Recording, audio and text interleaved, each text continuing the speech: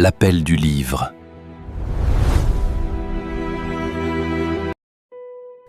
Vous savez, il y a des romans que l'on lit, mais il y a ces livres que l'on traverse comme un champ de bataille, le souffle court, la gorge serrée, avec cette sensation permanente que quelque chose en nous ne ressortira pas indemne.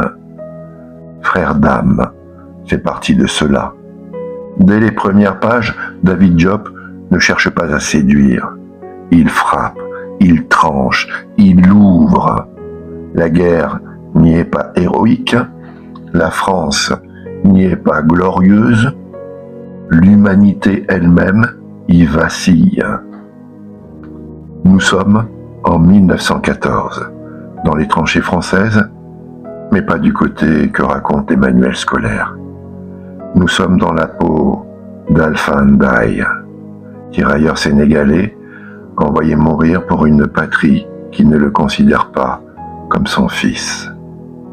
Je sais, j'ai compris, je ne suis pas un homme, dit-il. Cette phrase tombe comme une pierre dans l'eau, et les cercles qu'elle crée ne cessent de s'élargir dans l'esprit du lecteur.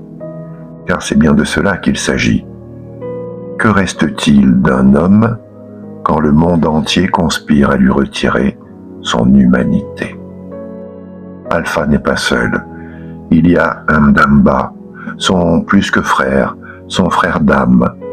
Ils ont grandi ensemble, ils ont rêvé ensemble, ils meurent presque ensemble. Mais Ndamba ne meurt pas d'un coup, il agonise longtemps, trop longtemps. Et il supplie Alpha de l'achever pour abréger ses souffrances. Alpha refuse. Pas par peur, pas par morale, par incapacité.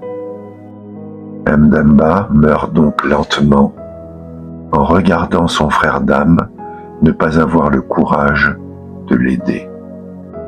Cette scène seule suffirait à faire basculer un homme, et elle fait basculer tout le roman.